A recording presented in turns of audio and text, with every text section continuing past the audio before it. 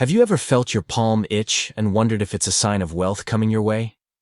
People around the world have long believed in superstitions, and this one seems to have gained popularity in many cultures. But as Muslims, we must ask ourselves, does Islam support such beliefs? Is there any evidence in the Quran or Hadith to back this idea?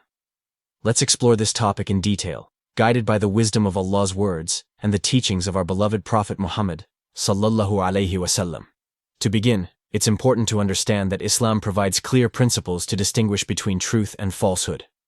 Allah has blessed us with the Quran as the ultimate source of guidance, and the Prophet Muhammad sallallahu alaihi wasallam further clarified matters for us through his Hadith and Sunnah.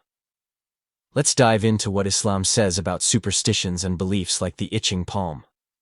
First and foremost, we need to understand where our sustenance comes from. Allah tells us clearly in the Quran, وَفِي السَّمَاءِ رِزْقُكُمْ وَمَا تُوعَدُونَ. And in the heaven is your provision and whatever you are promised. Surah Ad-Dariyat 51:22. This verse serves as a powerful reminder that all our provisions, whether it's wealth, food, or opportunities, come from Allah alone. It's not determined by luck, coincidences, or myths like scratching your palm. Furthermore, Allah emphasizes in Surah Hud, وَمَا مِن دَابَّةٍ فِي الْأَرْضِ إِلَّا عَلَى لِلَّهِ رِزْقُهَا. And there is no creature on earth but that upon Allah is its provision. Surah Hud 11:6. This means that every living being, from the smallest insect to the largest human, receives their rizq from Allah. It is already written for them. So believing that scratching your palm can bring you wealth undermines this fundamental principle of Islam. Superstitions, such as the belief in an itchy palm bringing money, often stem from cultural traditions rather than religious teachings. Islam, however, strictly warns against believing in such baseless ideas. The Prophet Muhammad sallallahu alaihi wasallam said, "Man ata kahinan aw arrafan, fasaddaqahu bima yaqul, faqad kafara bima unzila ala Muhammad." Whoever goes to a fortune teller and believes what he says has disbelieved in what was revealed to Muhammad. Ahmad 9532. This hadith highlights the seriousness of associating belief in false ideas with Islam.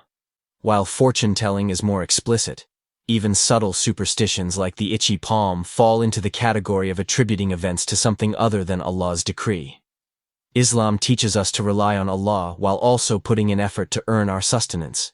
The Prophet Muhammad sallallahu alaihi wasallam beautifully explained this balance in the following hadith.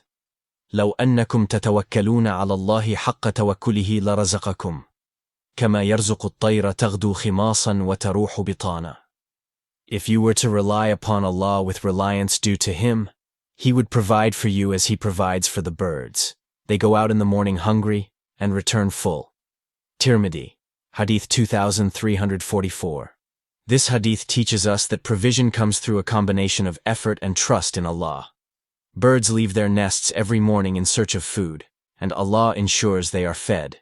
Similarly, we are encouraged to work hard while having full faith that Allah will provide for us. Nowhere in the teachings of Islam is there any mention of wealth being tied to physical signs like an itchy palm.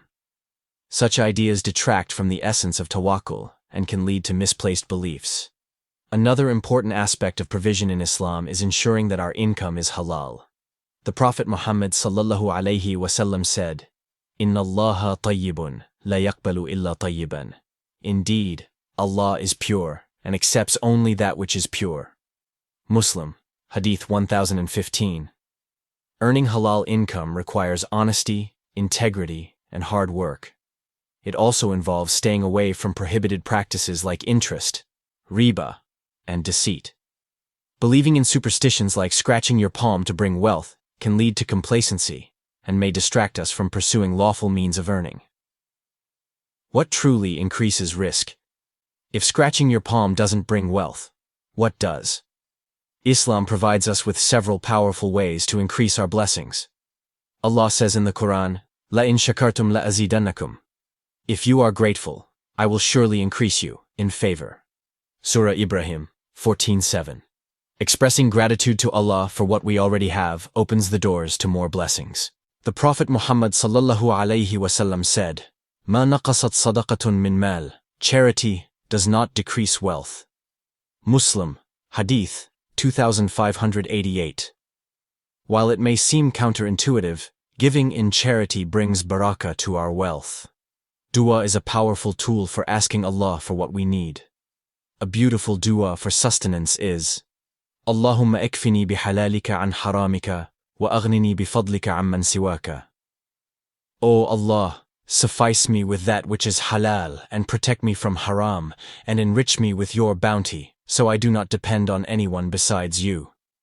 The Prophet Muhammad sallallahu alayhi wasallam said, Man ahabba an yubsata lahu fi rizqihi wa yunsa'a lahu fi atharihi falyasil rahimahu. Whoever loves that he be granted more wealth, and that his life be prolonged, then he should keep good relations with his family. Bukhari, Hadith 5985. By following these principles, we can ensure our rizq is blessed and abundant. Superstitions may seem harmless, but they can lead to dangerous consequences. Believing in them weakens our faith in Allah's decree, and can cause us to rely on false ideas rather than Islamic principles.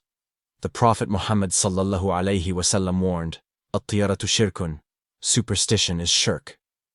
Abu Dawud, Hadith 3910. This hadith emphasizes that attributing events to anything other than Allah's will is a form of shirk, associating partners with Allah, which is a grave sin. In conclusion, the belief that scratching the palm of your hand brings money has no basis in Islam. It is a cultural superstition that contradicts the teachings of the Quran and Hadith. As Muslims, we must rely on Allah alone for our sustenance and reject any false beliefs that distract us from our faith. Remember, true wealth comes from gratitude, hard work, and trust in Allah. May Allah grant us halal rizq, bless our efforts, and guide us to always follow His path. Jazakallahu khair for taking the time to learn about this important topic. Let's share this knowledge and help others avoid falling into the trap of superstitions. Wa assalamu alaikum wa rahmatullahi wa barakatuh.